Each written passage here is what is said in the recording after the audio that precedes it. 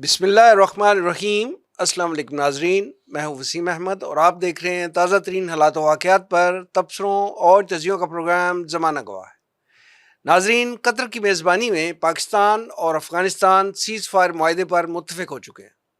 مذاکرات کا اگلا راؤنڈ ترکیہ میں ہونے والا ہے، جس میں افغانستان کی سرزمین سے پاکستان کے خلاف دہشت گردی روکنے کے تمام آپشنز زیر غور آئیں گے۔ ناظرین، افغانستان سے ہمارا تاریخی، ثقافتی اور مذہبی رشتہ اپنی جگہ، لیکن گزشتہ 2 دہائیوں میں موسٹلی افغانستان کی سرزمین سے ہونے والی دہشت گرد کارروائیوں کی وجہ سے کم از کم 80,000 پاکستانی لقمہ اجل بن چکے ہیں، اور گلوبل ٹیررزم انڈیکس کے مطابق اس وقت پاکستان دہشت گردی سے متاثرہ ممالک کی عالمی درجہ بندی میں دوسرے نمبر پر آ چکا ہے۔ افغانستان میں طالبان حکومت کے دوبارہ قیام کے بعد ہر گزرتے دن کے ساتھ پاکستان میں دہشت گردی میں اضافہ ہو رہا ہے، جس کی بڑی وجہ ٹی ٹی پی اور بی ایل اے کی ظالمانہ سرگرمیاں ہیں۔ پاکستان کا افغانستان سے کوئی جھگڑا نہیں، لیکن افغانستان سے ہمارا ایک ہی مطالبہ اور شکایت ہے کہ افغانستان کی سرزمین سے پاکستان میں دراندازی نہ ہو۔ اس مقصد کے لیے پاکستان کے وزیر خارجہ نے 4 بار کابل کا دورہ کیا۔ وزیر دفاع اور آئی ایس آئی کے ذمہ داران 2 دفعہ افغانستان گئے۔ پاکستان کے نمائندہ خصوصی اور سیکٹری سطح کے افسران 5 بار کابل گئے۔ قومی سلامتی کے مشیر نے بھی افغانستان کا دورہ کیا اور جوائنٹ کوآرڈینیشن کمیٹی کے 8 اجلاس منعقد ہوئے۔ 225 فلیگ میٹنگز، 836 احتجاجی مراسلوں اور 13 ڈی مارچ سفارتخانے کو بجوانے کا کوئی مثبت نتیجہ برآمد نہ ہوا، اور افغانستان کی طرف سے دہشت گرد کارروائیوں میں کمی نہ آئی تو مجبوراً پاکستان کو دہشت گردوں کا تعاقب کرنا پڑا، جس کے فوراً بعد افغان حکومت کی طرف سے سیز فائر کا مطالبہ کیا گیا۔ ان حالات میں دونوں ممالک کے درمیان ہونے والے حالیہ مذاکرات امید کی کرن ہیں۔ ہمیں امید ہے کہ دونوں ممالک باہمی احترام، اعتماد اور حقیقت پسندی کے ساتھ ایک دوسرے کے خدشات سنیں گے، سمجھیں گے اور انشاءاللہ ان کا کوئی مثبت حل بھی نکالیں گے۔ ہم آج کے پروگرام میں اسی موضوع پر گفتگو کریں گے۔ میرے ساتھ تشریف فرما ہیں معروف مصنف اور دانشور ڈاکٹر محمد عارف صدیقی صاحب۔ ان کے ساتھ تشریف رکھتے ہیں تنظیم اسلامی کے ترجمان اور ناظم شعبہ نشر و اشاعت جناب رضا الحق صاحب۔ آئیے گفتگو کا آغاز کرتے ہیں۔ ڈاکٹر صاحب، سب سے پہلے تو یہ فرمائیے گا کہ پاکستان اور افغانستان کے مذاکراتی وفد جس کے مذاکرات ہو رہے تھے قطر میں، ان کے مابین جو سیز فائر معاہدہ ہوا ہے، میں اسے سیز فائر معاہدہ کہوں گا کیونکہ یہ ابھی جنگ بندی والا معاہدہ اس طرح نہیں ہے، یا امن معاہدہ ہم اس کو نہیں کہہ سکتے، اس کے نتیجے میں پاکستان میں جاری جو دہشت گرد کارروائیاں ہیں، آپ کا خیال ہے کہ اس میں کوئی فرق پڑے گا، رکیں گی؟ بہت شکریہ۔ اچھا، کہ انتہائی سینسٹیو ٹاپک ہے، بہت ہی زیادہ، بے شک ہمیں تھوڑی سی مجھے تمہید بنانی پڑے گی اس کی۔ پہلی بات تو یہ کہ میں سمجھتا ہوں کہ افغانستان کے ساتھ ایک رومانس کا عہد ختم ہوا۔ ایک رومانس تھا ہمارا، ہم 3-4 دہائیوں سے اس رومانس میں مبتلا تھے۔ اب وہ کیوں مبتلا تھے اور آنے والے دنوں میں بھی ہو سکتے ہیں کہ نہیں، اس کی وجہ یہ ہے کہ ہم مجاہدین کے ساتھ ہیں ہمیشہ۔ بالکل، جب افغانستان میں جہاد ہوا ہم مجاہدین کے ساتھ تھے، کشمیر میں جہاد ہوتا ہے ہم ان کے ساتھ ہوتے ہیں۔ ہم نے غزہ کا ساتھ کیوں دیا؟ ہزاروں کلومیٹر کا فاصلہ ہے، اس لیے کہ وہاں پہ جہاد ہو رہا تھا۔ تو جب جہاں جس سرزمین پر اللہ کے نظام کے لیے، اللہ کے بتائے ہوئے اصولوں کے مطابق اللہ کے دشمنوں کے ساتھ جنگ ہوگی، اسے جہاد کہا جائے گا، اور ہم غیر مشروط طور پہ ان کا ساتھ دیں گے۔ ہم قبائلی عصبیت والے نہیں ہیں، ہم لسانی عصبیت والے نہیں ہیں، ہم علاقائی طور پہ بٹے ہوئے تو ہو سکتے ہیں مگر ہمارے دل امت کے ساتھ جڑے ہوئے ہیں۔ اس بنیاد پر ہم نے ہمیشہ ان کا ساتھ دیا، اور آئندہ بھی جب کبھی اس نظام کے لیے بات ہوگی، طاغوت کے ساتھ لڑنے کی بات ہوگی، ان پہ ظلم ہو رہا ہوگا، تو ہم یقینی طور پہ ان کا ساتھ دیں گے، کیونکہ یہ ہمارا بطور مسلم فرض ہے۔ لیکن بڑا امپورٹنٹ ہے، ہم مجاہدین کے ساتھ ہیں، ہم منافقین کے ساتھ نہیں ہیں۔ ہم وعدہ ایفا کرنے والوں کے ساتھ ہیں، وعدہ توڑنے والوں کے ساتھ نہیں ہیں۔ ہم اللہ کے نظام کو رائج کرنے والوں کے ساتھ ہیں، اللہ کے بتائے ہوئے سری قوانین کے ان کی خلاف ورزی کرنے والے، انہیں پامال کرنے والوں کے ساتھ نہیں ہیں۔ ہم نے بے شمار مرتبہ لارجر انٹرسٹ میں بے شمار ان کی ڈیفیشنسیز کے اوپر بھی پردہ ڈالے رکھا۔ ہم نے کہا کہ لارجر انٹرسٹ ہے، دیکھیں جو ہیرو ہوتا ہے وہ انسان ہوتا ہے۔ یہ چارج شیٹ جو آپ لگا رہے ہیں، میں چارج شیٹ تو نہیں لگا رہا، یہ ریورس بھی ہو سکتی ہے۔ جی میں چارج شیٹ نہیں لگا رہا، بالکل لگائیں گے، میں تمام باتوں کو کلیئر کروں گا۔ میں چارج شیٹ نہیں لگا رہا، میں پہلے اپنا مقدمہ قائم کر رہا ہوں کہ جو میں بات کرنے کے لیے جا رہا ہوں، میں آج بھی امت کے ساتھ ہوں۔ میں افراد، قبائل اور عصبیت کی بنیاد پر کسی کو ڈفرینشیٹ نہیں کر رہا. ٹھیک. اچھا آج بھی اگر کہیں پہ ایسی بات ہوگی ہم ان کے ساتھ ہوں گے. جب میں کہہ رہا تھا کہ ہم نے کئی ڈیفیشنسیز پہ پردہ ڈالا. کیوں ڈالا؟ جو ہیروز ہیں جنہیں آپ اپنی قوم کو ہیرو بنا کے پیش کرتے ہیں وہ بھی انسان ہوتے ہیں, ان میں کمیاں بھی ہوتی ہیں اور ان میں اچھائیاں بھی ہوتی ہیں, لیکن قوم کو ان کی اچھائیاں اس لیے دکھائی جاتی ہیں اور برائیاں نہیں دکھائی جاتی کہ مقصد ان اچھائیوں کو فالو کرنا ہوتا ہے. تو ہم آج تک جب تک ہم افغان رومانس میں تھے ہم نے ان کی اچھائیاں بتائیں. ہم نے بتایا کہ یہ امارت اسلامیہ افغانستان ہے اور ان کی اچھی چیزوں کو پروموٹ کرتے رہے, اور کمیاں جس طرح پاکستان کے نظام میں بھی کہیں ہیں, جیسا آپ نے کہا کہ چارج شیٹ آ سکتی ہے, تو ہم نے ان پہ پردہ ڈالے رکھا. لیکن جب معاملہ حدود سے آگے نکل گیا, جب معاملہ پتہ چلا کہ اب یہ معاملہ جہاد کا نہیں ہے, اللہ کے نظام کا نہیں ہے, اب یہ معاملہ آپ کی انا کا ہے, اب یہ معاملہ علاقیت کا ہے, اب یہ معاملہ تعصب کا ہے, اب یہ معاملہ عصبیت کا ہے, اب یہ معاملہ وار لارڈز کا ہے. اس کا مطلب ہے کہ اب جب ہم لڑ رہے ہیں تو ہم مجاہدین کے ساتھ نہیں لڑ رہے. ٹھیک. اب ہم وار لارڈز کے ساتھ لڑ رہے ہیں, چھوٹے چھوٹے جو گینگسٹرز ہیں ہم ان کے ساتھ لڑ رہے ہیں. وہ لوگ جو بھتے کے لیے تاوان کے لیے لوگوں کو اغوا کرتے تھے, راہداریاں بند کرتے تھے, ہم ان کے ساتھ لڑ رہے ہیں. تو پہلی بات یہ کہ پہلے میں کیا کہتا تھا اور آج میں کیا کہہ رہا ہوں, اور آپ بھی اس پروگرام ہم کیا کچھ کرتے رہے ہیں. میں چاہتا تھا کہ ہمارے ویور کے ذہن میں پتہ لگ جائے کہ ہم پہلے افغان رومانس میں کیوں مبتلا تھے اور آج رومانس کے اس عہد کا اختتام کیوں ہونے جا رہا ہے کہ رومانس کی وجوہات تھی. ٹھیک. ہم نے میک اپ زدہ چہرہ دیکھا ہوا تھا, آج حالات تھوڑے سے بدل گئے ہیں. اب آپ کے سوال کی طرف آتا ہوں کہ آپ نے کہا کہ اس دوحہ قدر میں جو معاہدہ ہوا ہے وہ پاکستان میں دہشت گرد کارروائیوں کا خاتمہ ہو سکے گا کہ نہیں ہو سکے گا. دہشت گردی بھی کئی طرح کی ہوتی ہے. ایک دہشت گردی تو وہ ہے کہ سرحد پار سے لوگ آئے, بلاسٹ کیے, فائرنگ کی, بندے مارے, سرحد پہ در اندازی کی. ایک تو یہ ہوا جس کا یقینی طور پہ منہ توڑ جواب دیا جا چکا ہے, اور وہ تو اسے سنب کر دیا گیا.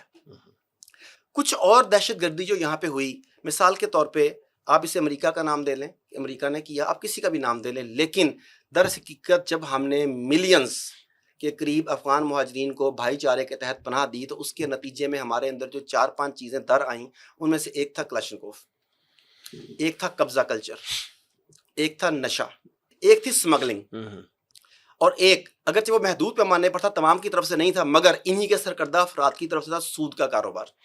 مختلف منڈیوں میں انہوں نے, میرے شہر کی منڈی سے بھی افغانی بے شمار سامان لے کے گئے, واپس نہیں آیا آج تک. وہ یہ اب کی بات نہیں ہے کہ اب حالات خراب ہیں, یہ پہلے کی بات ہے, مال اٹھایا چلے گیا, سود پہ کام کیا لوگوں کو, یہ معاملات سارے کے سارے تھے. اب دیکھیے کہ جب آپ نے اس بارڈر کے اوپر سختی کی, اس سے پہلے چند مہینے پہلے کی بات کر رہا ہوں میں, جب پہلی کھیپ جب واپس بھیجی, کیا آپ کی رینٹل پراپرٹیز واپس نارمل پرائس پہ آنے لگ گئیں؟ کیا ڈالر کی قیمت یکدم نیچے گر گئی اس وقت بھی؟ اس کا وجہ یہ تھی کہ یہاں سے ڈالر جو ایکسپورٹ کیا جا رہا تھا وہ معاشی دہشت گردی پاکستان کے خلاف ہو رہی تھی. ہم نے آپ کو پناہ دی, ہم نے آپ کو بھائی چارے کے تحت, ہم انصار بن گئے, ہم نے اپنے در و دیوار آپ کے لیے وا کر دیے, اور آپ نے کیا کیا؟ ہم نے آپ کو متقی سمجھا. اب یہ دہشت گردی کا خاتمہ ہو سکے گا کہ نہیں؟ سرحد کا ہم نے کر دیا. جب اندر سے یہ ڈرین ہوگا معاملہ, ڈیفینیٹلی ایک گیپ آئے گا. اس گیپ کو کسی نہ کسی نے تو کور کرنا ہے. وہ ادھر کے گروپ کر سکتے ہیں, یا انہی میں سے کچھ لوگوں نے جنہوں نے پاکستانی پاسپورٹ بنوائے ہیں وہ بھی کر سکتے ہیں. اب یہاں پر بھی حکومت کی, انتظامیہ کی, ہمارے عسکری اداروں کی کمپیٹنسی جو ہے سامنے آئے گی کہ وہ ان چیزوں کو کیسے روک سکتے ہیں. لیکن آئی تھنک اس سے بہت زیادہ فرق پڑ جائے گا. ٹھیک. رضا الحق صاحب یہ فرمائیں کہ پاکستان اور افغانستان کے مذاکراتی وفد کا جو پہلا راؤنڈ ہوا ہے قطر میں, اس میں جہاں دہشت گردی ادھر سے جو افغانستان کی سرزمین سے ہو رہی ہے وہ ڈسکس ہوئی ہے, اس کے ساتھ جو پاکستان کے کور ایشوز ہیں افغانستان کے ساتھ, خاص طور پہ ڈیورنٹ لائن کا ایشو ہے, بارڈر کی فینسنگ کا ایشو ہے, یہ جیسے ڈاکٹر صاحب فرما رہے ہیں اسمگلنگ کا ایشو ہے, ان ایشوز پہ بھی بات ہوئی ہے اور اس کے حل کی طرف بھی کچھ معاملات بڑھے ہیں آگے؟ بسم اللہ الرحمن الرحیم. وسیم بھائی, میں ڈاکٹر صاحب کی بات کو آگے بڑھاتے ہوئے اس طرف کو تھوڑا سا اشارہ کرنا چاہ رہا ہوں کہ جنگ کے معاملات کچھ اور ہوتے ہیں اور اس کی جو ریکوائرمنٹس ہیں, پری ریکویزٹس ہیں, وہ مختلف ہوتی ہیں اور امن کی مختلف ہوتی ہیں. جب آپ حکومت میں آ جاتے ہیں تو پھر آپ کو بہت زیادہ ذمہ داری کا مظاہرہ کرنا پڑتا ہے. بالکل ٹھیک. پھر کسی بھی ملک کی سرزمین کو اگر کسی دوسرے ملک کے خلاف استعمال کیا جائے اور وہاں سے دہشت گردی بھی ہو اور شواہد بھی موجود ہوں, لیکن ان شواہد کے باوجود بھی انکار کر دیا جائے کہ نہیں ایسا کچھ نہیں ہے, تو یہ ایک غیر ذمہ دارانہ ریاست کا رویہ ہے, ذمہ داری کا یہ رویہ نہیں ہے.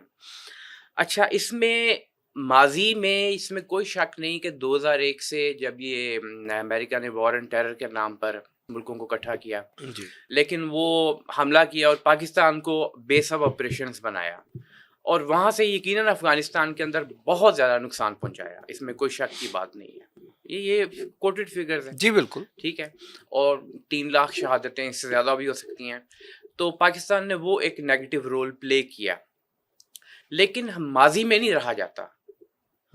جب یہ معاملہ ختم ہو گیا اور جو امریکہ ہے وہ یہاں سے چلا گیا، دم دبا کے بھاگ گیا یہاں سے، اور دم دبا کے ہی بھاگا. آپ نے دیکھا کس طرح وہ جہاز جا رہا تھا، جی، اور وہ رات کے اندھیرے میں بھاگے ہیں افغانی جو شمالی اتحاد والے یا وہ جو ان کا ساتھ دے رہے تھے، وہ لٹک لٹک کے جا رہے تھے، گرے بھی کئی، مرے بھی کئی وہیں پہ. اور ابھی تک وہاں لوگ خوار ہو رہے ہیں جو کسی دور میں افغانستان میں امریکہ کا ساتھ دیتے رہے ہیں، ان کو ویزے نہیں مل رہے، ان کو بہت سارے معاملات ہیں ان کے ساتھ. تو جو افغان طالبان نے امارت اسلامیہ افغانستان کی بنیاد رکھی دوبارہ، تو وہ اس نہج پر نہیں آ سکی جو کہ ان کی پہلی امارت اسلامیہ افغانستان تھی. یہ بڑا صاف نظر آیا. اس کی کیا وجہ ہے کہ اس وقت جو اس تحریک کے بانی تھے وہ لیڈ کر رہے تھے اور اب ان کی وہ اگلی نسل ہے، یہ وجہ ہو سکتی ہے؟ اس کی ایک وجہ یہ بھی ہے، اس کے علاوہ بھی وجوہات ہیں. اس وقت ٹی ٹی پی نہیں تھی. ٹھیک، اس وقت افغان طالبان ایک خاص بڑے خلوص کے ساتھ ایک مقصد کو لے کے کہ جو وار لارڈز افغان جنگ جو ضیاء الحق کے دور میں جہاد افغان کہہ لیں اس کو، جس میں کلاشنکوف وغیرہ کا کلچر ڈاکٹر صاحب نے ذکر کیا، ہیروئن کا کلچر، اسمگلنگ کا کلچر، ساری چیزیں آئیں. تو اس میں ان وار لارڈز اور ان کی بنیاد پر وہ جو جتھے تھے ان کو ختم کر کے ملک کو متحد کرنا اور اسلامی نظام کو نافذ کرنا، یہ ان کا مقصد تھا. اور اس کے لیے انہوں نے کام کیا، اور وہاں پہ انہوں نے حکومت بھی قائم کی، اللہ تعالیٰ نے مدد کی ان کی، اور اس کو پاکستان نے بھی تسلیم کیا، سعودی عرب نے بھی تسلیم کیا، یو اے ای نے بھی تسلیم کیا. اور پھر یہ ہوا کہ 9/11 کے بعد ہم نے یو ٹرن لے لیا. وہ ہم نے جب یو ٹرن لیا تو اس کے پھر نتائج بہت برے نکلے. وہ تو خیر اس کی تفصیل بہت دفعہ ہم بیان کر چکے ہیں، اب اس وقت مزید اس تفصیل میں جانے کا موقع نہیں ہے. لیکن جو ڈیورنڈ لائن والا معاملہ ہے نا، یہ اس میں 2 چیزیں بڑی اہم ہیں سمجھنے والی. یہ غالباً 1913 کے قریب ڈیورنڈ لائن کا مسئلہ حل ہو چکا تھا اور دونوں طرف سے دستخط ہو چکے ہوئے تھے. یعنی کہ اس وقت تو ہندوستان تھا نا متحدہ، جی، اور دوسری طرف افغان تھے، تو وہ طے ہو چکا ہوا تھا. لیکن پاکستان کے قیام سے کچھ پہلے 45 کی بات کر رہے ہیں تقریباً، دوبارہ اس مسئلے کو اٹھا دیا گیا ڈیورنڈ لائن والا. اچھا، ایک چیز تو یہ سامنے آئی ہمارے. دوسری بات یہ کہ جب ایک ملک جو خود کو امارت اسلامیہ کہتا ہے، اور صرف نام سے ہی امارت اسلامیہ نہیں بن جایا کرتا، ورنہ تو یہ ہے کہ اسلامی جمہوریہ پاکستان بھی ہے، وہ جمہوریہ بھی، اور یہاں پہ نہ اسلام ہے نہ جمہوریت ہے، اتنا بڑا کوسچن مارک جمہوریہ پہ نہ بھی ہے، اسلام ہے نہ جمہوریت ہے. ٹھیک ہے، اور پاکستان کا بھی آدھا حصہ کاٹ دیا، وہ کٹ گیا جیسے بھی ہوا. تو جب امارت اسلامیہ افغانستان ڈیورنڈ لائن کی بات کرتا ہے اور ان کے اعلیٰ عہدیدار اس کی حوالے سے تذکرہ کرتے ہیں، مثلا ان کے جو وزیر دفاع ہیں وہ کہتے ہیں کہ اٹک تک جائے گی، وہ ہمارا حصہ ہے سارا. یہ زیادہ پینفل ہے نا پاکستان کے لیے پینفل اٹک تو تک ہے، کہہ رہے ہیں، ڈیرہ اسماعیل خان تک کہہ رہے ہیں، افغانستان کی سرحدیں. دیکھیے پاکستان کے لیے تو وہ ہے ہی جی، لیکن اس سے ایک اور بات سامنے آئی، افغانستان بھی ایک نیشن سٹیٹ ہے. اس کا مطلب یہ ہے کہ کوئی ان کے ذہن میں یہ نہیں ہے کہ ہم کوئی عالمی خلافت کے لیے کوئی کام کر رہے ہیں. اپنے ملک کی حد تک وہ اس وقت بہرحال ان کا حق بنتا ہے، انہوں نے جو طاقت کے زور پہ امریکہ کو نکالا ہے، تو جب تک چاہیں ٹھیک ہے رہیں، لیکن نیشن سٹیٹ بن گئے ہیں. کیونکہ یہ ڈیورنڈ لائن والا معاملہ جو بار بار ذکر کرتے ہیں اس چیز کا، اگرچہ بعد میں انہی وزیر دفاع نے یہ بھی کہا ہے کہ ہم کسی ہمسایہ ملک سے جو ہے وہ مخاصمت نہیں کرنا چاہتے اور اس کے اوپر حملے وغیرہ نہیں کرنا چاہتے، لیکن زبانی بات اور ہوتی ہے اور عملی جو اقدام لیے جاتے ہیں وہ اور ہوتے ہیں. بس میں آخری مختصر سی بات کر کے اس کو کنکلوڈ کرتا ہوں اس حصے کو. دیکھیے مہاجرین والا جو معاملہ ہے نا وہ ذرا مس ہینڈل ہوا ہے. وہ اس طرح کے تقریباً 40-45 سال سے جو لوگ موجود ہیں ان کو اتنی شارٹ نوٹس پہ جو ہے وہ کہنا کہ آپ چلے جائیں یہاں سے. شارٹ نوٹس 2-3 سال سے تو کہہ رہے سر ہیں. بہت مشکل ہے. جب آپ ایک جگہ موجود ہوں تو وائنڈ اپ کرنا اتنا آسان نہیں ہوتا, اتنے لاکھوں کی تعداد میں.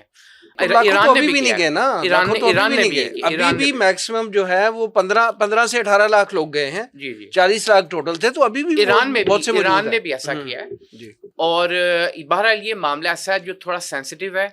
اس میں تھوڑا سا اخوت اور بھائی چارے کا جو معاملہ ہوتا ہے اس کو سامنے رکھ کر پالیسی بنانے کی ضرورت ہے. تھوڑا سا مزید مارجن, اب مارجن تو پاکستان دے رہا ہے بہرحال, اس میں کوئی شک کی گنجائش نہیں ہے کہ مارجن دیا گیا ہے, اب بھی دے رہا ہے اس چیز کو. جو باڑ تھی وہ بہرحال اس وقت کے جو امریکہ کی کٹھ پتلی حکومتیں تھیں, اس میں پہلے حامد کرزئی تھا, پھر اشرف غنی تھا, تو وہ انڈیا کی وہاں پہ کونسل خانے اور بہت کچھ وہاں سے دہشت گرد اس طرف سے آیا کرتے تھے, ان کی طرف سے آیا کرتے تھے, انڈیا موجود تھا. تو اس کو کرنے کے لیے, بلاک کرنے کے لیے ایک بہرحال باڑ کا معاملہ کیا گیا.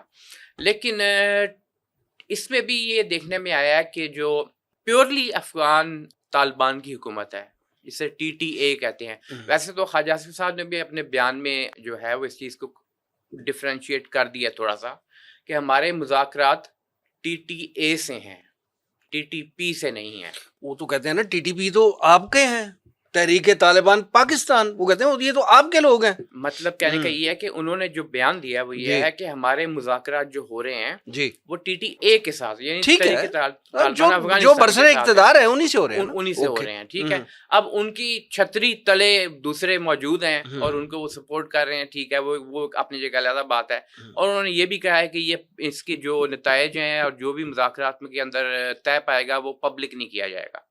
تو یہ کوشش کی جا رہی ہے کہ آپس میں ہی معاملات کو طے کیا جا سکے. تو بہرحال یہ ایک اس حوالے سے تو اس کو خوش آئندی کہا جائے گا کہ ایک مشترکہ موقف جو ہے وہ سامنے آنے کی بات ہے. یہ بڑا کوسچن مارک ہے کہ قطر کی کیوں ضرورت پڑتی ہے, آپس میں بیٹھ کے کیوں نہیں طے کر پاتے. بہرحال یہ ایک کوسچن مارک ہے. ٹھیک. ڈاکٹر صاحب یہ بتائیے, جیسے ابھی رضا الحق صاحب فرما رہے ہیں کہ یہ جو اس کا ان مذاکرات کا آؤٹ کم ہوگا وہ پبلک نہیں کیا جائے گا, یہ اتنی عجیب سی ویسے بات ہے, پہلی بات. دوسرا یہ ہے کہ اگر یہ مذاکرات ہو رہے ہیں, چاہے ان کا پہلا راؤنڈ ہو رہا ہے جو کامیاب کنسیڈر کیا جا رہا ہے, اگلا راؤنڈ ہوگا جو ترکیہ میں ہونا جا رہا ہے, تو اس مذاکرات کا گرنٹر کون ہے, ضامن کون ہے؟ اس میں دو سوال یہ سوال پوچھنا اس لیے ضروری ہے کہ دیکھیں طالبان کی یہ ہسٹری ہے کہ انہوں نے دوحہ معاہدے کی خلاف ورزی کی, جس کی سب سے بڑی شرط یہ تھی کہ افغان سرزمین جو ہے وہ کسی کے خلاف استعمال نہیں ہوگی, تو وہ بھی ایک وائلیشن کی ہے انہوں نے معاہدے کی. پھر اس کے بعد یہ تو وہ طالبان ہیں جو خانہ کعبہ میں جنہوں نے معاہدہ کیا تھا آپس میں جنگ بندی کا کہ جی ہم آپس میں جنگ بندی کریں گے, خانہ کعبہ میں بیٹھ کے وعدہ کیا تھا, معاہدہ کیا تھا, اور واپس افغانستان جا کے تو خانہ جنگی شروع کر دی تھی. تو ان ایسے حالات میں ایسے لوگوں کے ساتھ جو ہے وہ مذاکرات کے لیے کوئی نہ کوئی ضامن اور گرنٹر تو ہونا چاہیے. تو ان مذاکرات کا ضامن اور گرنٹر کون ہے؟ اس میں تین چیزیں ہیں. ایک تو آپ نے سوال پوچھا ہے کہ آؤٹ کم جو ہے اس کی کیوں پر رکھی جائے گی چھپا کے, پھر آپ کا سوال ہے, اور اس سے پیچھے رضا صاحب کی کچھ گفتگو ہے, میں تینوں کو ایڈریس کرنا چاہتا ہوں. پہلے آؤٹ کم والے پہ بات کریں. آؤٹ کم پس پردہ نہیں رکھی جائے گی, آؤٹ کم بتائی جائے گی کن شرائط پر وہ آؤٹ کم حاصل کی جائے گی, وہ شرائط پس پردہ رکھی جائیں گی. آؤٹ کم تو سامنے آئی جائے گی نا. وہ غالباً اس لیے لکھا جاتا ہے کہ آپ دوسرے کو فیس لوز نہیں کروانا چاہتے. وہ انہوں نے پیروں میں بیٹھ کے کیسے معافی مانگنی ہے, کس نے مانگنی ہے, کیا انہوں نے ذلت آمیز شرائط قبول کرنی ہے, وہ دونوں کاموں کی انٹیگریٹی کو بحال رکھنے کے لیے, فیس سیونگ کے لیے وہ شرائط نہیں بتائیں گے. یہ تو مناسب بات ہے. ہاں, آؤٹ کم تو بتائیں گے, اس کے بعد گزارا کیسے ہوگا. آپ کے سوال پہ آنے سے پہلے دو تین سوال میرے ذہن میں پیدا ہو رہے تھے. رضا صاحب نے جو گفتگو کی, میں چاہتا تھا کہ میں اس میں اپنا نقطہ نظر بھی دے دوں. ایک تو پاکستان کا نیٹو فورسز میں جو ایک مناسب کردار نہیں رہا صلیبی افواج کو راستہ دینے میں, اس حوالے سے ایک بڑا ایک ویلڈ پوائنٹ ہے. لاجسٹک سپورٹ دیتا رہا پاکستان تھرو آؤٹ, جو بھی انہوں نے کیا. اچھا, یہ کئی لوگوں کے ذہن میں سوال ہے. میں اس میں دو باتیں آپ کو بتانا چاہتا ہوں. پہلی بات تو یہ ہے کہ وار اسٹریٹجیز جو ہیں وہ ہمیشہ یہ ہوتی ہیں کہ آپ دکھاتے کچھ ہیں کرتے کچھ ہیں. جب افغانستان سے یہ لوگ نکلے ہیں تو کیا امریکن تھنک ٹینکس نے یہ نہیں کہا کہ there is only one reason Pakistan? یہ کہا. تو مجھے پھر ہم دونوں چیزوں کے سامنے رکھ لیں نا. یہ اس میں کوئی شک نہیں کہ آپ نے لاجسٹک سپورٹ دی, اس میں بھی کوئی شک نہیں, بے شمار نقصان ہوا. لیکن دوسری طرف اگر آپ اسے نکالنے میں کامیاب ہوئے تو وہ پاکستان کی وجہ سے تھا. ٹھیک ہے. اگلی چیز, اگر پاکستان کے وہ حکمران جن کی وجہ سے وہ فیصلہ ہوا صلیبی جنگوں میں انہیں لاجسٹک سپورٹ دینے کا، اس کی وجہ سے پوری کی پوری پاکستانی قوم جو ہے وہ آپ کے نزدیک قابل ملامت بلکہ قابل قتل ہے، تو سب سے پہلے اشرف غنی اور حامد کرزئی کے خاندان، ان کے قبیلے، ان کی نسلوں کو آپ نے نیست و نابود کر دیا کہ نہیں کر دیا؟ وہ تو وہاں پر موجود ہیں، آغاز تو وہاں سے ہوا تھا. بالکل. تو یہ ایک سوالیہ نشان ہے. اگلی چیز، جیسا کہ بردر نے کہا کہ جو مہاجرین والا معاملہ ہے وہ شاید تھوڑا سا سافٹ کرنا چاہیے تھا. میرا اس میں ایک سوال ہے جو اگر آپ لوگوں کے پاس انفارمیشن ہے تو آپ بتائیں گے، ورنہ ہمارا ویور بتائے گا.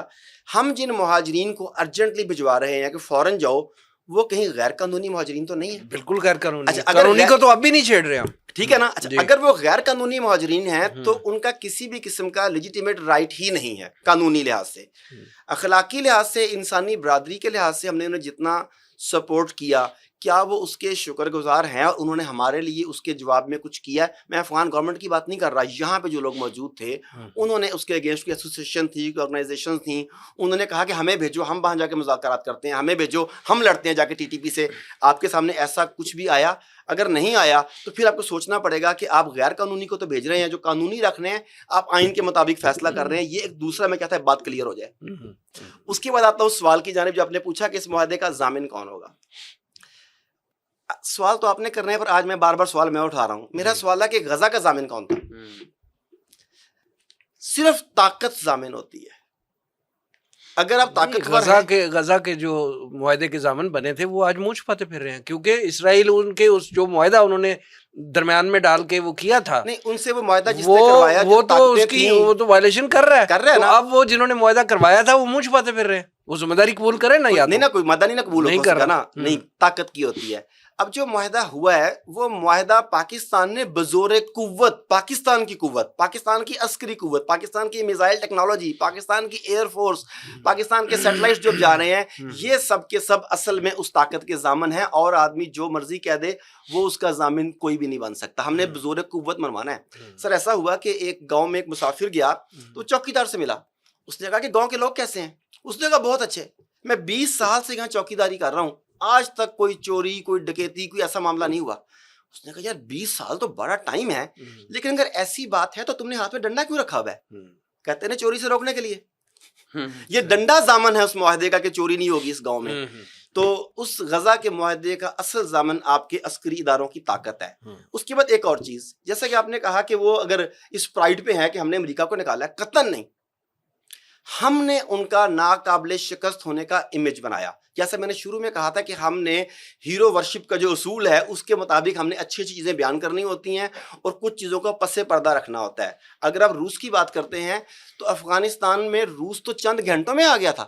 اگر افغانستان یا افغانستان کے سو کال وار لارڈز اس قابل ہوتے تو افغانستان پینیٹریٹ اندر تک کابل تک کیسے پہنچ سکتا تھا؟ افغانستان میں پہنچ گیا تھا کہ نہیں پہنچ گیا تھا؟ وہ اس قابل نہیں تھے. انہیں دھکیلا کس نے؟ الحمدللہ سرزمین پاکستان کے لوگوں نے پوری دنیا سے آئے ہوئے مجاہدین نے، وہاں پہ سویلین خون پاکستان کا سب سے زیادہ، وہاں پختونوں کا اتنا خون نہیں ہے جتنا خون وہاں پہ پاکستانی مجاہدین کا ہے. اسٹریٹجی ہماری، اسلحہ ہمارا، سپورٹ ہماری، لاجسٹک ہماری، یہاں سے میگزین رسالے چھپتے رہے ہیں لوگوں کی مائنڈ میکنگ کے لیے. اور آپ کہتے ہیں کہ ہم نے کیا. ہم نے آپ کو جگہ دی، ہم نے آپ کو سپانسر کیا، ہم نے آپ کو ٹریننگ دی، ہم نے اپنا خون دیا، اپنی نسلیں، اپنی جوانی آپ کو دی. انہیں ہم نے گرایا. اور یہ بات روس کو پتا ہے اسے کس نے بھیجا. امریکہ کی باری آئی، انہوں نے کہا کہ ہم نے یہ کیا، ہم نے یہ کیا، ہم نے یہ کیا. خود جو وہاں سے منہ چھپا کے بھاگا، رضا صاحب کے بقول دم دبا کے بھاگا، وہ دم دبا کے بھاگا، وہ خود کیا کہتے ہیں؟ ان کے اپنے تھنک ٹیکس کیا کہتے ہیں؟ ان کی خود کہتے ہیں کہ پاکستان ہے اس کا ذمہ دار. وہ کہتے ہیں، میں تھوڑے کلپ دیکھ رہا تھا، وہ کہتے ہیں there is only one reason, one name, one word, Pakistan, one word. تو ناقابل شکست وہ کبھی بھی نہیں تھے. تاریخ میں بار بار انہیں پامال کیا گیا. جس یونٹ اینڈ کی بات کر رہے ہیں، جب وہ طے ہو گئی تھی 1913 میں تو مار کھا کی طے ہوئی تھی نا. انہوں نے مار کھائی تھی. مار کھانے کے بعد انہوں نے ایگری کر لیا کہ چلو ٹھیک ہے جی ایتے کمپرومائز کر لو.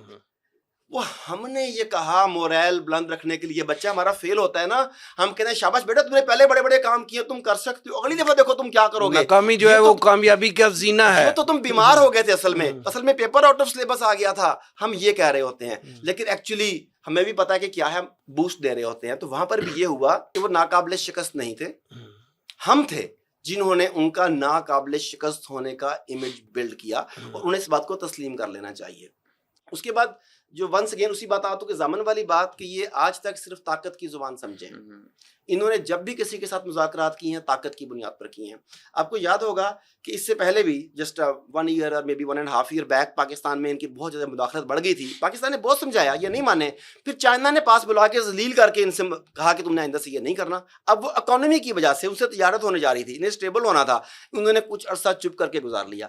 آج یہ انڈیا کی چاکری کیوں کر رہے ہیں؟ اس کی اکانومی کی طاقت کی وجہ سے کہ وہاں پر اس کی انویسٹمنٹ ہوئی ہے, اربوں ڈالرز کی ہوئی ہے, انہیں مزید اس کے ساتھ کوئی نہ کوئی مفادات چاہیے. تو یہ وہ لوگ ہیں جو طاقت کی زبان سمجھتے ہیں. آپ ان کے قبائلی کلچر دیکھ لیں. جب روس گیا تھا, جب ملا عمر رحم اللہ کا دور آیا تو اس سے اسی لیے دور آیا کہ تمام کے تمام وار لارڈز بٹ گئے. اس نے کہا میری طاقت یہ ہے, میری طاقت یہ ہے, میری طاقت یہ ہے, اور اپنی اپنی جگہوں پر انہوں نے جتھے بنا کر روڈز بلاک کر دیں, قبیلے بلاک کر دیے, لوگوں سے انہوں نے بھتہ جسے وہ اپنا ٹیکس کہتے تھے, جو بھی کہہ لیں, وہ لینا شروع کیا, اور انہیں وار لارڈز کہا جاتا تھا. یہی تھا نا یہ سارا کچھ. تو اگر اسی چیز کو سامنے رکھیں تو پھر ایک ہی سینٹنس میں آپ کے سوال کا کنکلوژن یہ ہے کہ اس معاہدے کا ضامن پاکستان کی عسکری قوت ہے. جتنی طاقتور ہیں آپ, اتنے آپ مضبوط ہیں. اگر آپ کمزور ہیں تو دنیا کی کوئی طاقت اس معاہدے کو روبہ عمل نہیں لا سکتی. ٹھیک ہے, ضیاء الحق صاحب یہ فرمائیں کہ یہ جو اس وقت معاہدہ چل رہا ہے, آپ کی بات وہ واقعی کویشچنیبل ہے کہ یہ مذاکرات جو ہیں وہ ہمارے اسلام آباد یا کابل میں کیوں نہیں ہوتے, کیوں قطر میں کیوں ہوتے ہیں. تو بہرحال قطر ایک طرح سے فیسیلیٹیٹر بنا ہوا ہے کافی عرصے سے, طالبان کا بھی اور باقی ممالک کا بھی, امریکہ کا بھی.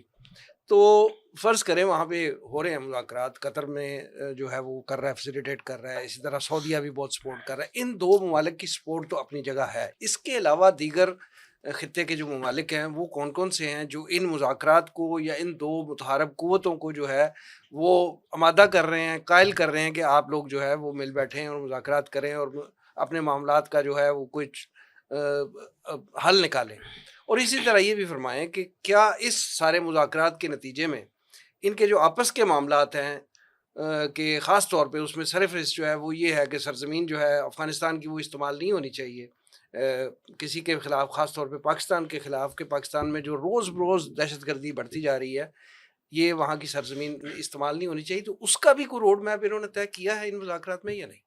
اس کا روڈ میپ طے یقیناً کیا جائے گا اور یہی ایجنڈا میں سب سے اوپر ہوگا. ٹھیک ہے.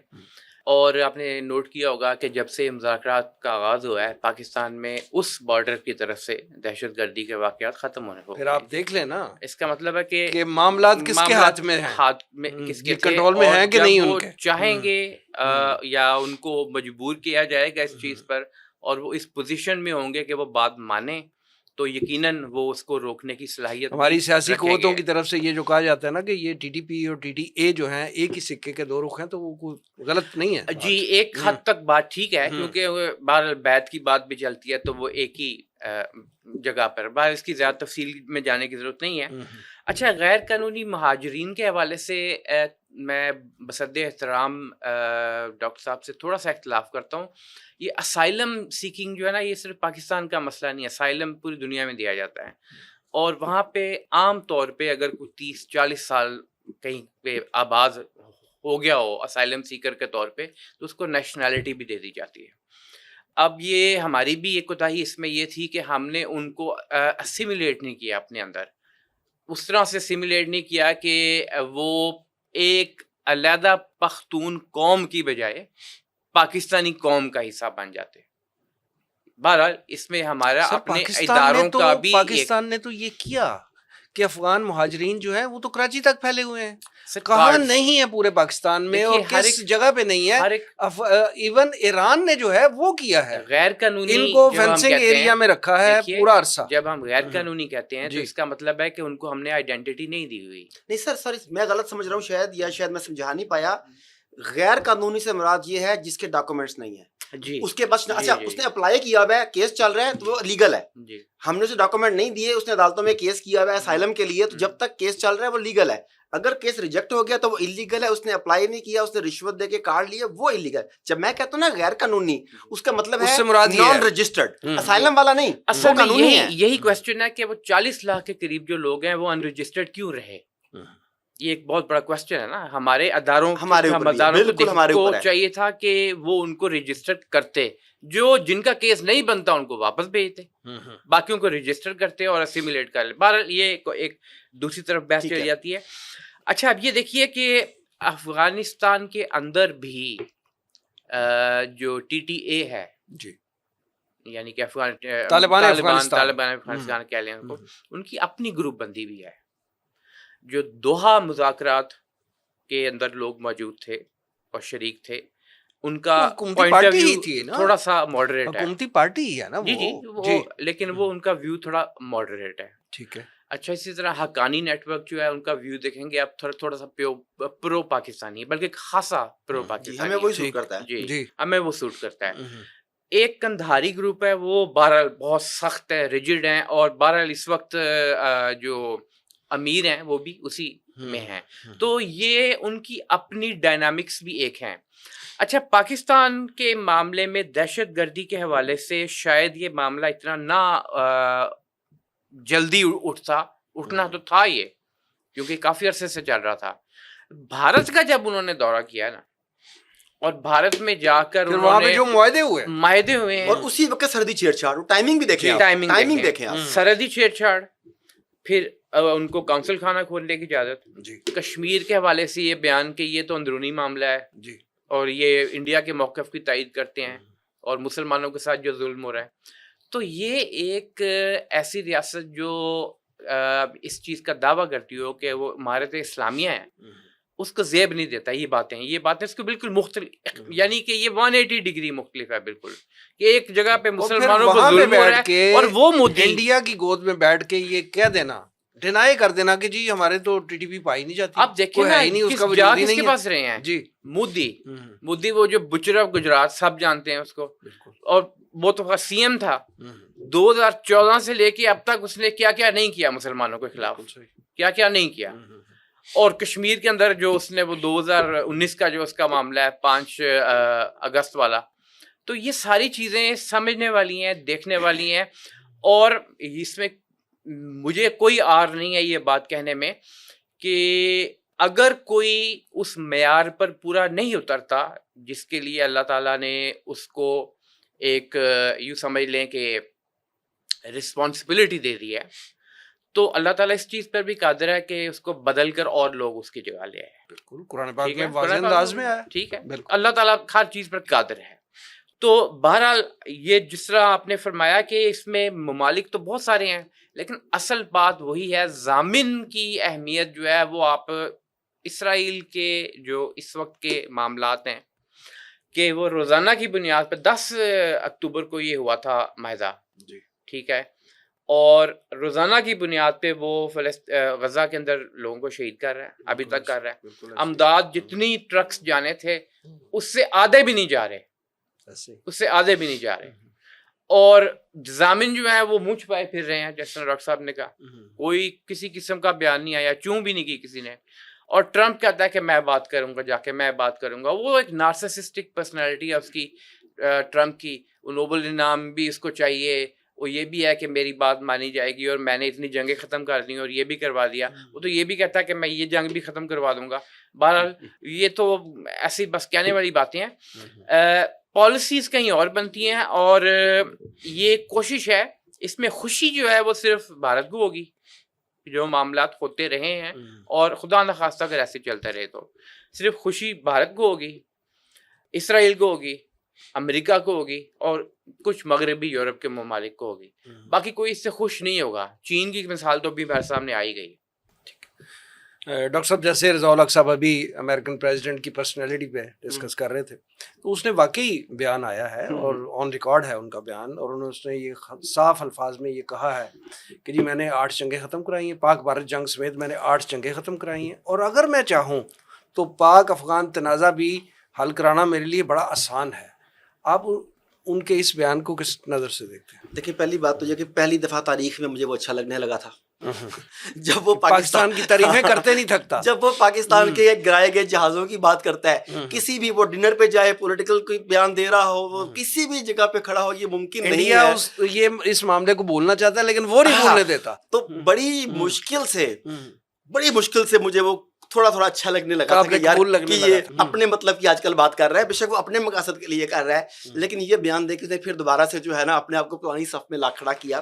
دیکھیں اگر آپ اس کا کیریئر شروع سے دیکھیں، وہ ایک کلاؤن تھا، آپ کو پتہ ہے اس بات کا، وہ ایک مسخرہ تھا، وہ ایک فلم میں بطور مزاحیہ کردار کے، مسخرے کے، کامیڈین کے اس میں کام بھی کیا. اس کے بعد کچھ عرصہ وہ ریسلنگ کا پروموٹر بھی رہا، جس میں ریسلنگ کے وہ فکس میچ ہوتے ہیں، ریسلنگ کے جتنے بھی میچ ہوتے ہیں WWF وغیرہ کے، یہ فکس میچ ہوتے ہیں، پہلے سے پتا ہے کہ کیا ہوتا ہے، فول کب مارنا ہے، روکنا کہاں پہ ہے. چونکہ میں خود ان فیلڈ میں رہا ہوں تو مجھے پتا ہے کہ ہر چیز، ہر مکہ پہلے سے طے شدہ ہوتا ہے. تو ڈونلڈ ٹرمپ جو ہے وہ ان ریسلنگ کے مقابلوں کا پروموٹر بھی رہا ہے، تو وہاں پہ وہ رکوا دیتا ہوتا تھا کہ اب تم نہ کرو، تم یہ نہ کرو، خبردار خبردار، اب پیچھے ہٹ جاؤ، پیچھے، اب تم آ جاؤ پھر مار لو. وہ مقابلے ہوتے تھے فکس. تو اس کے خیال میں اس وقت دنیا میں جو جنگیں ہو رہی ہیں وہ ویسی ہی ہو رہی ہیں جیسے ریسلنگ کے مقابلے ہوتے تھے.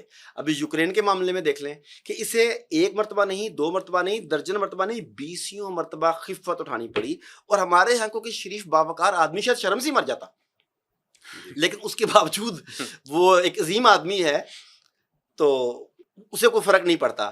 تو اس کے بیانات بالکل ویسے ہی ہیں جیسا ہمارے ایک سیاستدان نے ایک مرتبہ کہا تھا کہ سیاست میں عوام سے کیے گئے وعدے ویسے ہوتے ہیں جیسے گرل فرینڈ سے کیے گئے وعدے. آپ کو پتہ ہے نا ہمارے ایک معروف سیاسی لیڈر کا یہ قول ہے. تو اس کے بیانات کو سیریس مت لیں، وہ ایک مسخرہ ہے، وہ ایک کلاؤن ہے، بڑ بولا ہے، نارسسٹ، جیسا کہ انہوں نے کہا سیلف سینٹرڈ پرسنالٹی ہے. اور اس کے ذہن میں ریسلنگ کے وہ مقابلے چل رہے ہیں جو فکس ہوتے تھے اور جن کا یہ پروموٹر تھا. یہ معاملہ بالکل ڈفرینٹ ہے. ٹھیک. رضا الحق صاحب، پاکستان میں بعض تجزیہ نگاروں کا یہ خیال ہے کہ افغان قوم جو ہے وہ گزشتہ 40 سال سے جنگ و جدل میں مصروف رہی ہے، اور ان کے نزدیک مذاکرات، ڈائلاگ، امن کی باتیں، بات چیت، مشورہ، یہ کوئی اہمیت نہیں رکھتا. تو انہیں صرف جو ہے صرف بندوق کی زبان، جیسے ابھی ڈاکٹر صاحب نے بھی فرمایا تھا کہ طاقت کی زبان جو ہے وہی پرویل کرے گی. تو ہمارے تجزیہ نگاروں کا یہ خیال ہے کہ ان کو صرف بندوق کی زبان میں جو ہے آپ بات سمجھا سکتے ہیں. کیا آپ اس رائے سے اتفاق کرتے ہیں؟ جی میں بالکل اتفاق کرتا ہوں، اور قرآن پاک میں بھی رہنمائی یہی دی گئی ہے کہ جب 2 مسلمانوں کے گروہ آپس میں لڑ پڑیں تو ان میں صلح کرواؤ، اور صلح کرنے کے بعد اگر ایک پھر جائے تو سب مل کر اس کے خلاف پھر جنگ کرو، یہاں تک کہ وہ حق کی طرف واپس آ جائے. ٹھیک ہے، تو اس میں کوئی شک نہیں، جنگجو قوم ہے، ٹھیک ہے، وہ جنگ کے اندر مصروف رہی ہے پچھلے 40 سال میں، خاص طور پہ دکھائی دیتا ہے یہ ہمیں. لیکن مذاکرات کے اندر پھر یہ ہے کہ ضامن تو اپنی جگہ موجود ہیں، اصل جو اہمیت ہے وہ ڈنڈے کی ہے، زور کی ہے، طاقت کی ہے. تو بہرحال ان کو کیئرفلی آگے چلنا پڑے گا. اور یہ جو کیرٹ کی پالیسی نہیں چلے گی؟ نہیں، میرا نہیں خیال اسٹک اینڈ کیرٹ کی پالیسی یہاں پہ اس طرح سے چل سکتی ہے. دیکھیے کیرٹ تو ہم نے بہت دیا ہے، کیرٹ بہت دیا ہے، اسٹک بہت کم یوز کیا ہے، اس میں کوئی شک نہیں ہے. ٹھیک ہے، اب وہ جو کہا جا رہا ہے کہ افغان طالبان کی طرف سے بات آئی ہے کہ وہ غزنی کی طرف بھجوا رہے ہیں TTP والوں کو کہ پاکستان کی طرف نہ ہے، بھائی انہیں ادھر بھیج دیں، ہمارے حوالے کر دیں. جی بالکل، ہم دیکھ لیں گے، جان لیں گے، ان سے کر لیں گے جو دو آج جو بھی کرنا ہے. ٹھیک ہے، تو ہمارے اور آپ کے تعلقات بھی بہتر رہیں گے. بالکل صحیح. تو دوستی میں اور یہ کہ انہوں نے ساتھ دیا ہے، یہ ماضی کی باتیں ہیں. اس وقت حال کے اندر جو سچویشن ہے اس کا بھی ادراک بہت ضروری ہے. ڈاکٹر صاحب یہ فرمائیں کہ پاکستان نے گزشتہ 40 سالوں میں، ابھی ذکر ہوا کہ 40 سال یہ قوم جو ہے وہ جنگ و جدل میں مصروف رہی ہے، کبھی USSR کے خلاف، کبھی امریکہ کے خلاف، اور جب دونوں نہیں تھے تو پھر آپس میں لڑ پڑے. تو یہ قوم جو ہے 40 سال سے جنگ و جدل میں مصروف ہے. تو ہم نے، پاکستان نے بحیثیت ریاست ان کی جو ہے مدد کی ہے ہر حال میں، اپنا قومی اور دینی فریضہ سمجھ کر. لیکن جیسے ہی یہ تھوڑا سٹیبل ہوئے ہیں، ان کا انڈیا کی طرف جھکاؤ جو ہے وہ بڑھ گیا ہے، اور اب وہ سمجھ لیں کہ انڈیا کی ہی زبان بول رہے ہیں ہمارے ساتھ. تو آپ کیا سمجھتے ہیں کہ یہ سیدھی احسان فراموشی نہیں ہے؟ بالکل ہے. پہلے میں کنیکٹ کروں گا گزشتہ گفتگو سے بردر کی، وہ طاقت کی زبان کی بات کر رہے تھے تو میرے ذہن میں آ رہا تھا، میں نے فوراً نوٹ لکھ لیا ساتھ. ہاتھی کتنا بڑا افریت ہوتا ہے، جب اسے پکڑتے ہیں ہاتھی کو گڑھا کھود کے پہلے اس میں وہ گرتا ہے، پھر اسے بھوکا پیاسا رکھا گیا، اسے تکلیف دی جاتی ہے، اسے اذیت دی جاتی ہے. اس کے بعد جب وہ ہار مان لیتا ہے، پھر وہ چنگھاڑ کے سر جھکا دیتا ہے اپنا کہ اب میں کسی قابل نہیں رہا، مان لیتا ہے. پھر اتنی بڑی طاقت آپ کی متی ہو کے آپ کے ساتھ چلتی ہے. یہ میں پچھلے گفتگو کے ساتھ ایڈ کروں گا کہ ہاتھی کی مثال ذہن میں رکھیے گا, وہ بہت بڑا اب سمجھتا ہے اپنے آپ کو, جنگل کا سب سے بڑا جانور تو وہی رہ گیا اب, تو اسے بھی سزا کے ساتھ ہی مطیع کیا جاتا ہے. تو ایک بات تو یہ ہو گئی. دوسری بات جو آپ نے کہا کہ ہم نے اپنا قومی اور دینی فریضہ سمجھ کر افغانستان کی مدد کی, آپ کو یاد ہوگا کہ میں نے اس پروگرام کا آغاز اس بات سے کیا تھا کہ ہم نے مجاہدین کی مدد کی تھی, پوری دنیا میں کی, اور آج بھی کسی بھی جگہ پر افغانستان کے ان لوگوں کو ہی اگر بطور مجاہد ہماری مدد کی ضرورت پڑے گی تو عارف صدیقی آپ ہم سب ونس اگین انہی کی صف میں کھڑے ہوں گے, کیونکہ ہم ایک امت کے تصور پر قائم ہیں. لیکن ہم امت کے تصور پر قائم ہیں, اور یہ ہے کہ نہیں. دیکھیں ہمارے ہاں آج تک میں آپ ہم سب عافیہ صدیقی والے معاملے کو کرٹیسائز کرتے, اپنے حکمرانوں کو ہم نے کیا کچھ نہیں کہا, ہم نے سختیاں بھی برداشت کی, اس کی وجہ سے پابندیاں بھی برداشت کی, ہم نے عافیہ صدیقی کے معاملے کو پیچھے نہیں کیا. سوال یہ ہے کہ عافیہ صدیقی بگرام ایئرپورٹ سے کس نے بیچی تھی؟ ایمن ظواہری کو کس نے بیچا تھا؟ یعنی ڈالروں کے عوض خون جان مال کا مجاہد کی نہ کیوں ہو, یہ بیچنا آپ کو ان کے قبائل میں نظر آئے گا. میں یہ نہیں کہتا کہ سارے افغانی ایسے ہیں, وہ میرے بھائی ہیں. وہ افغان جو امت کے لیے کام کرتا ہے وہ میرا بھائی ہے. وہ افغان جو مسلمان ہونے کا حق جانتا ہے کہ کیا ہے, وہ جو پڑوسی کے حق جانتا ہے کہ کیا ہے, وہ افغان میرا ویسے بھائی ہے کہ میں اپنی تمام تر کمائی ان تو پہلے بھی لٹا چکا ہوں, میں دوبارہ بھی لٹانے کو تیار ہوں, میں اپنا خون انہیں دینے کے لیے تیار ہوں, ہم سب کرنے کے لیے تیار ہے. وہ ہمارے امتی بھائی ہیں. لیکن جو عبداللہ بن ابی کا کردار ادا کرے گا وہ ہمارا بھائی نہیں ہوگا. افغانستان اگر انڈیا کے ساتھ تعلقات رکھتا ہے تو مجھے کوئی اعتراض نہیں ہے, آپ رکھ لیں, اس میں کوئی پرابلم مجھے کوئی پرابلم نہیں ہے, میرے خیال میں کسی کو بھی نہیں ہونی چاہیے. لیکن اگر انڈیا کی زبان بول کر آپ پاکستان کے خلاف ہتھیار اٹھاتے ہیں, پاکستان کی سرحدوں کو غیر مستحکم کرتے ہیں, پاکستان کے اندر عدم استحکام پیدا کرنے کی کوشش کرتے ہیں, تو پھر یہ عبداللہ بن ابی کا آپ کردار ادا کر رہے ہیں. اور کچھ لوگ یہ سمجھتے ہیں کہ شاید یہ صرف چند لوگ ہیں جو اوپر کر رہے ہیں. بڑے دکھ سے کہتا ہوں, افغانستان کی کرکٹ ٹیم کو دیکھ لیں, وہ تو عوام کی نمائندہ ٹیم ہے.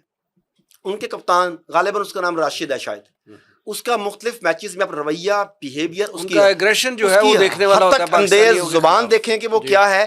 اچھا اگر باقی افغانی جو ہیں اگر وہ حکومت کے ساتھ نہیں ہیں, جس طرح اگر نیٹو پالیسی میں حکومت نے لیبی افواج کا ساتھ دیا تو میں نے رابطہ تو نہیں دیا. ہم تو اس وقت بھی کھڑے ہو کے پروگرام کرتے تھے, اپنی آواز بلند کرتے تھے, دامے درمے سکھنے, ہم اس وقت افغانیوں کے ساتھ کھڑے تھے. تو وہ افغانی جو اس وقت سمجھتے ہیں کہ افغان گورنمنٹ ٹھیک نہیں ہے, وہ اس وقت اپنی اس کرکٹ ٹیم کے ساتھ بھی کھڑے ہیں, وہ اس وقت بارڈر پہ تجارت کرنے والوں کے ساتھ بھی کھڑے ہیں, وہ اس وقت انڈیا وہاں پہ جو ہاسپٹلز اور سکولز کے نام پر جو سرمایہ کاری کر کے وہی کام کر رہے ہیں جو بنگلہ دیش میں مکتی بہانی کے ذریعے کیا گیا تھا. کیا انہیں اس بات کا کلیئر کٹ اندازہ نہیں ہو رہا کہ ہم کیا کر رہے ہیں؟ تو میرا خیال ہے کہ یہ احسان فراموشی سے بھی آگے والی چیز ہے جسے ہم عظیم منافقت کہیں گے. اسی لیے میں نے عبداللہ بن ابی کا نام لیا تھا.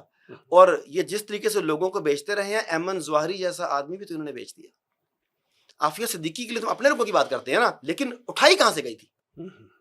وہاں پہ کون لوگ تھے؟ وہاں پہ کس نے کہا؟ تو یہ سارے کے سارے سوال ہیں جو افغان عوام کو بھی سوچنے چاہیے. اگر ہماری حکومت چند 100 لوگ یا چند درجن لوگ یہ کر رہے ہیں تو کیا ہم ان کے ساتھ کھڑے ہیں؟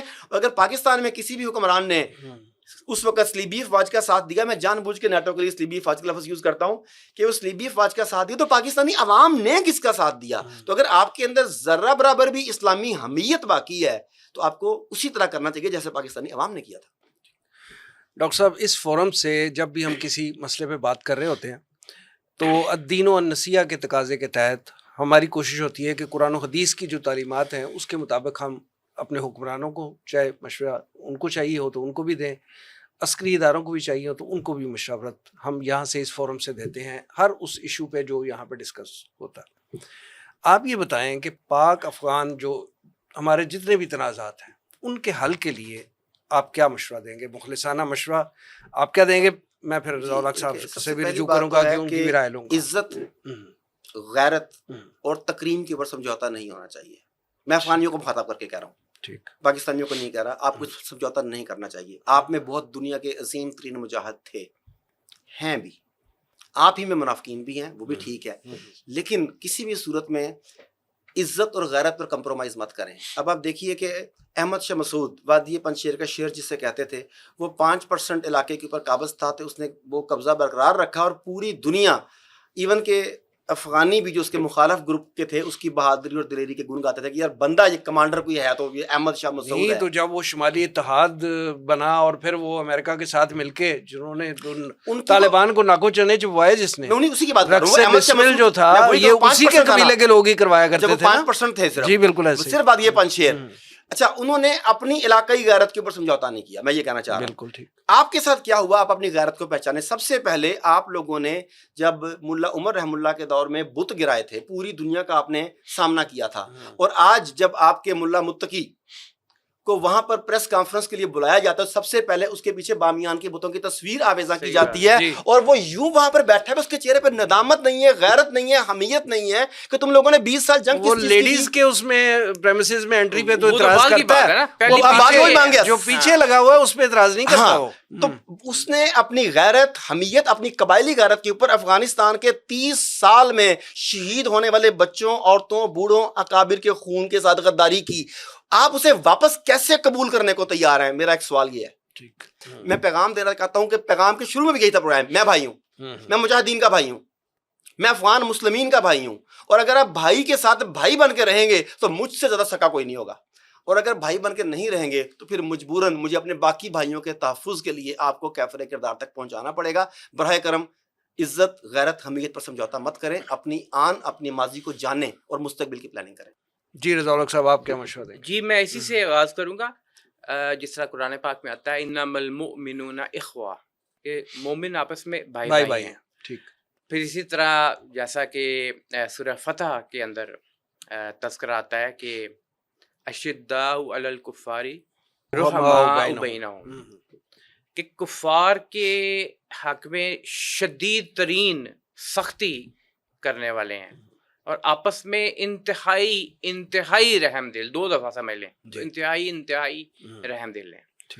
یہ والا معاملہ جب تک ہم وہ قائم نہیں کریں گے, اور یہ یقین کریں ماحول نہیں بنائیں گے جہاد اور مجاہدین کا جو معاملہ تھا, جیسا کہ ڈاکٹر صاحب نے فرمایا, وہ اس وقت موجود تھا.